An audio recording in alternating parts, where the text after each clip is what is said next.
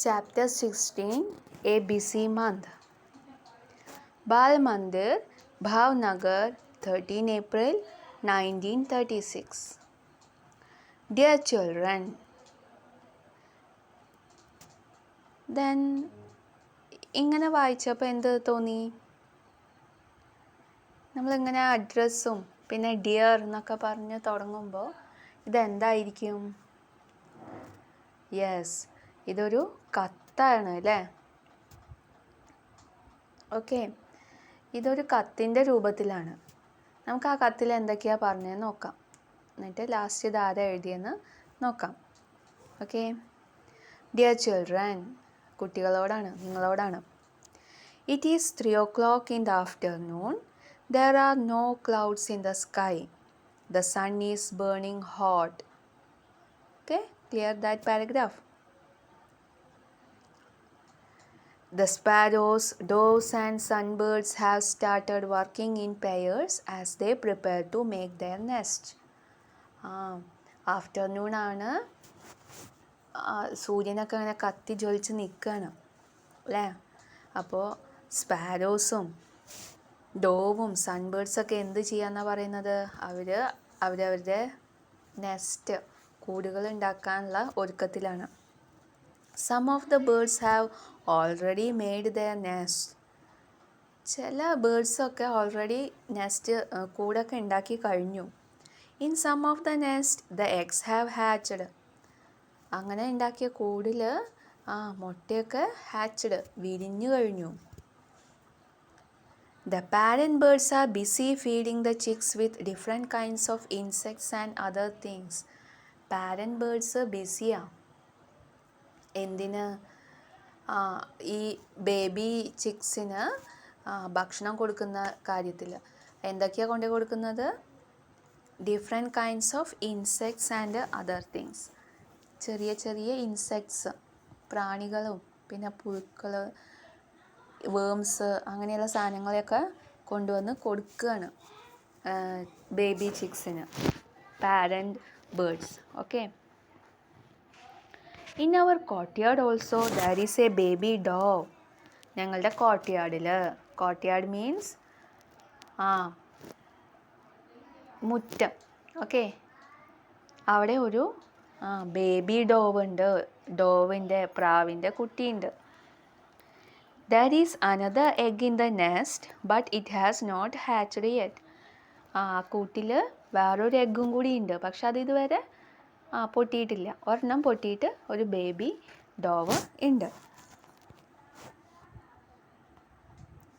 Then on the way to Gopal Bhai's house there are many stones along the roadside. On the way to Gopal Bhai's house. നിങ്ങളോട് ഇങ്ങനെ കാര്യങ്ങൾ പറയാം കേട്ടോ. ഗോപാൽ ഭായിൻ്റെ വീട്ട്. Bhai means yes brother, ഏട്ടൻ. നമ്മൾ ഏട്ടാന്ന് വിളിക്കില്ലേ? ഗോപാലേട്ടൻ്റെ വീട്ടിലേക്ക് പോകുന്ന വഴിയിൽ റോഡ് സൈഡിൽ കുറേ സ്റ്റോൺസ്, കല്ലുകൾ കിടക്കുന്നുണ്ട്.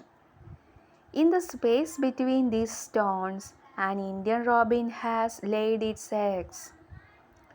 റൈറ്റ് സൈഡിൽ തന്നെ ഇന്ത്യൻ റോബിൻ്റെ പിക്ചർ ഉണ്ട്, കണ്ടില്ലേ? ആ സ്റ്റോൺസ്, ആ കൂട്ടിയിട്ട സ്റ്റോൺസിൻ്റെ ഇടയിലൊക്കെ ഇങ്ങനെ സ്പേസ് ഉണ്ടാവും അല്ലേ?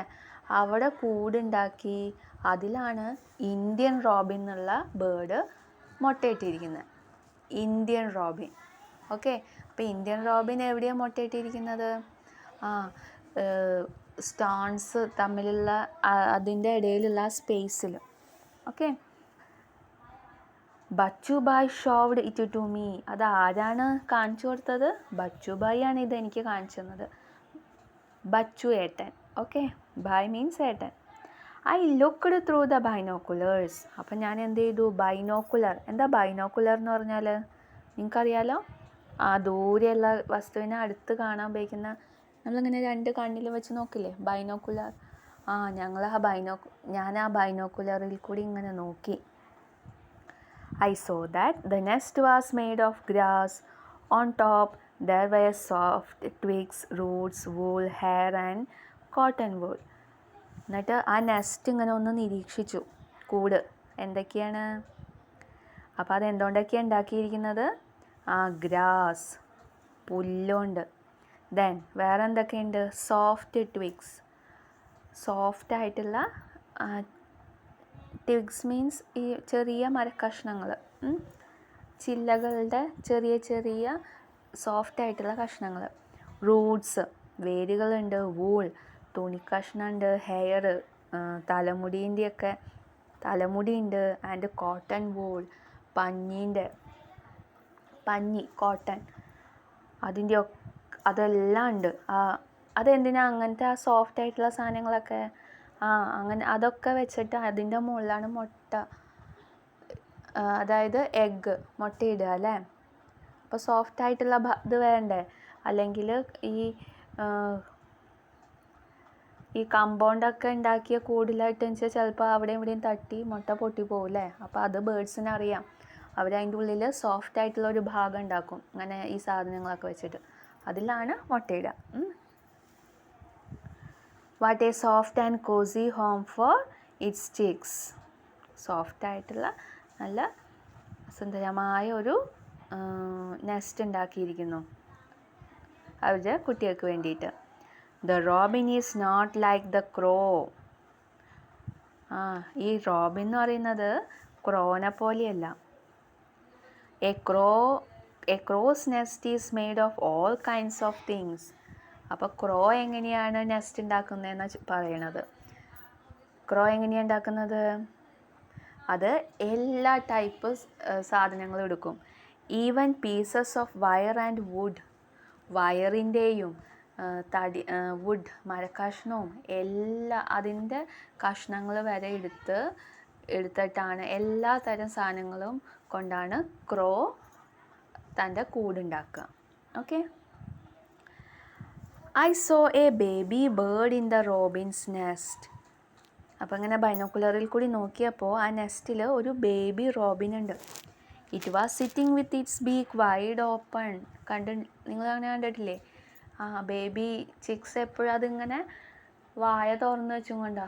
എന്തിനു വേണ്ടിയാ? ഭക്ഷണം ഇപ്പോൾ കിട്ടും എന്നിങ്ങനെ വിചാരിച്ച് വായ തുറന്ന് വെച്ചും കൊണ്ട് ഇങ്ങനെ ഇരിക്കുക. വൈഡ് ഓപ്പൺ, തുറന്നിരിക്കുക. The mouth was red from inside. അതിൻ്റെ വായേൻ്റെ അകത്തൊക്കെ ഇങ്ങനെ ചുവന്നിരിക്കുന്നുണ്ട്.